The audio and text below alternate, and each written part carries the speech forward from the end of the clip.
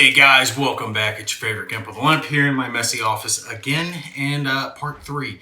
We're here with the final update. I can't believe it is this soon, but they sent me a little something. The ear pads, just the ear pads. Now, if they had done this from like moment one, I probably would have been like satisfied, but I'm not going to complain because ultimately I am coming out whole over this. We can see I am holding up my headset and it has new earmuffs on it. The old earmuffs I have right here, and you guys can see these have fallen apart. And the thing that bothers me though is that these have failed so many times, right? And I'm worried that these are going to do the same thing, right? That I'm going to be in the same position a few months from now, a year from now, whatever. At that point, I'm probably just going to take and buy another set of headphones and just go with it, like use these as long as they last. But come on, nobody wants to wear that. They'll just nasty up against your skin. If you guys know of any way that I can like maybe seal this edge, because it's this edge right here that fails. And I don't know what it is, maybe weak stitching or something. The body's humidity and oils maybe wears it out, something. I'm not sure. But whatever it is that causes this part to fail is pretty well consistent with these headphones. It's a standard error. So yeah, I don't want to be in the same position again here soon. And I think I'm probably going to be in that. And again, my biggest thing is, really? This? You lost a customer, caught bad will, someone who's willing to do 3 videos talking about the subject over your company, all because of this. And I would have been happy if they just sent me this in the first place, right? Just, okay, we'll send you the ear pads to replace it. Cool, no problem, good. I'd be happy. How much, and look, made in China, and it has 2 of these earmuffs in it. That's it. How much could this honestly have cost them, right? How much? Cents. I would be surprised if to manufacture this costs more than $1, right, for the company. I'm not talking about the whole headphone set themselves, just this piece. But for that and whatever shipping was, because I'm sure they have these local to the US where I'm located, so they weren't shipping this, especially with as quickly as it got to me. I wonder actually if it has on the package where it came from. Yeah, it came from Pleasant Prairie. I think that's Wisconsin. Yep. So it wasn't far away for me to begin with. The postage for this little package, I'm not going to turn around because it has my address on it. Couldn't have been more than a few dollars. So what? Let's estimate high. Let's as high as we can go, and say $10. Right, is what it cost this company to make me whole. And they caught all this bad will. They lost a customer for life because I won't trust them again to uphold their products, to stand by what they manufacture. The next time I'm going to be looking for a set of headphones, I'm definitely not going to get from them, even though they had decent ratings. That's why I picked them in the first place. But maybe they had a change in management or ideology or something in the past couple of years since I originally purchased these and now, because from that point on, there's a lot more complaints, a lot more defects, a lot more people who are upset because they weren't taken care of or they were blown off by this third-party company handling the warranty.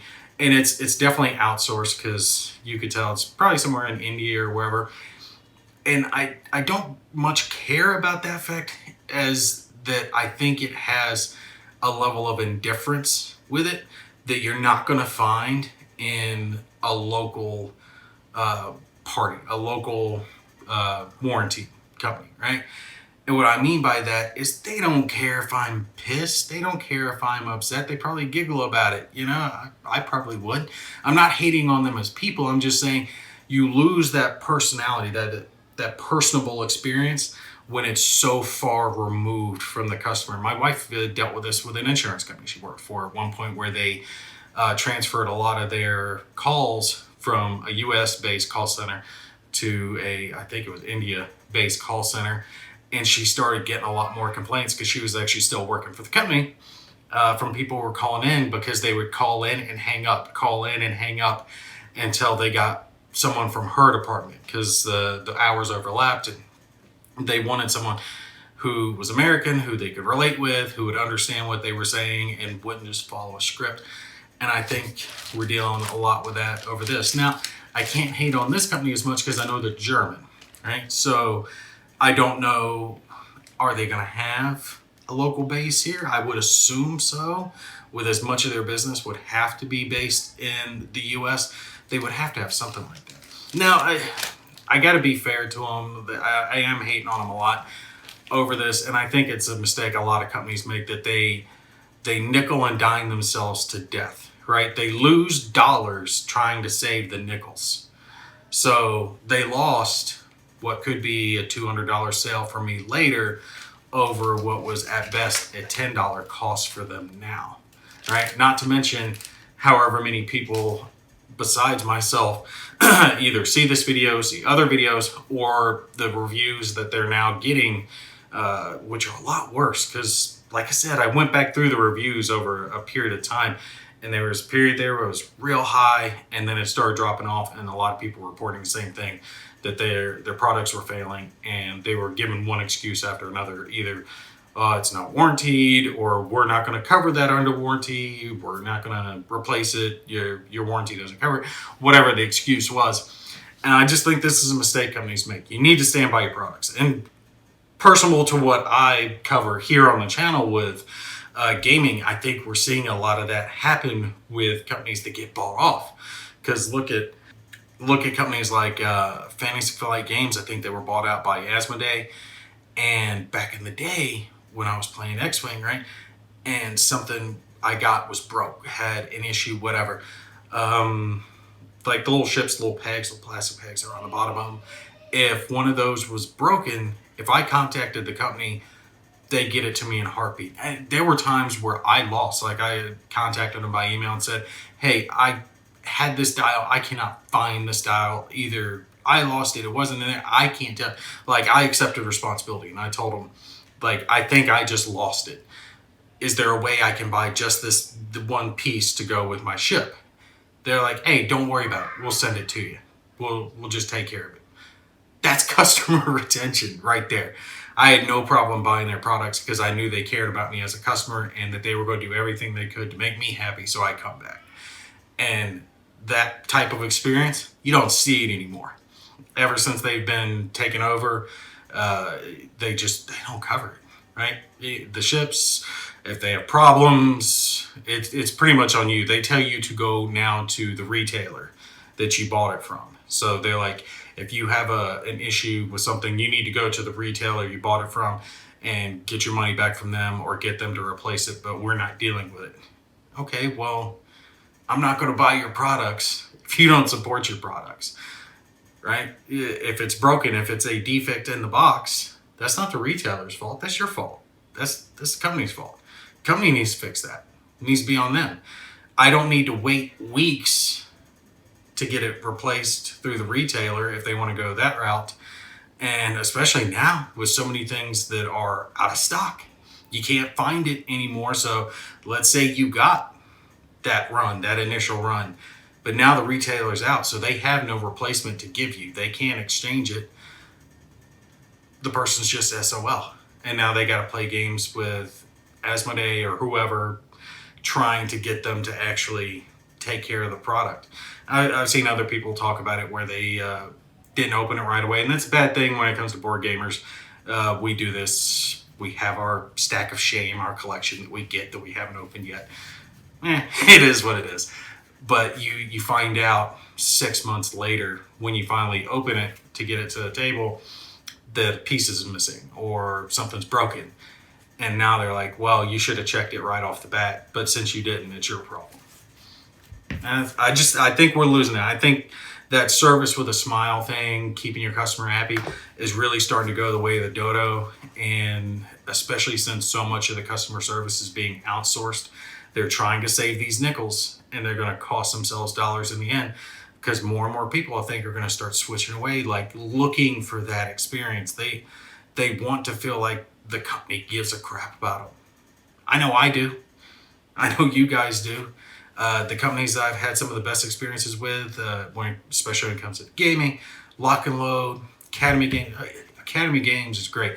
And I'm not trying to say the other wargaming companies are bad, because I always feel bad when I watch it afterwards. I'm like, well, I didn't name this company and that company. Most all of them are great, right, when it comes to wargaming. But I'll tell you, like Academy Games, they kick butt. They'll bend over backwards trying to make you happy, right? They would do everything you can. Lock and Load, same way. They would do everything they can to make the customer whole within reason. There are people out there that have outrageous demands, and they're not going to take care of that. And I don't blame them for it. I wouldn't either, right? There'll always be little snots, right? You guys have dealt with them. Anyway, I'll stop ranting. I know this is me just going off on a tangent here, but sometimes I just enjoy yapping at the camera. You guys let me know what you think. Do you think they did right? I'm calling this a win, a neutral win. I think their best bet would have been do this from moment one. Since they didn't and they caused so much bad will, I would have liked to have seen them replace the whole thing just outright, because quite honestly, it was very much a pain in the butt to replace these headphones on this. They do not go on that easily. That was a pain in the ass, but they're on, so I'm not going to complain. And I think that's me being a little greedy. I'll be honest and I'll admit that. But like I said, I had to wait months, many months, to get this handled and basically look into potentially taking them to small claims over it and kick up a huge stink to get to this point, right? So I would have liked to have seen them go above and beyond, you know. But like I said, at least they came through in the end. But they only came through because I made a stink. How many people didn't even get this from them because they didn't have a voice loud enough? And my voice is small, right? My voice is tiny out there compared to others, but it was at least loud enough to get their attention. But they should be doing this at a minimum for everyone. Had they done this from moment one, no questions asked, I would have been like, okay, cool. When these wear out and I need another pair, I know exactly who I'm going to. But since I had to wait months and fight tooth and nail for cheap part replacements, the next time I need a set of headphones, it won't be theirs. You guys let me know what you think. You guys take care. I'll see you in the next one.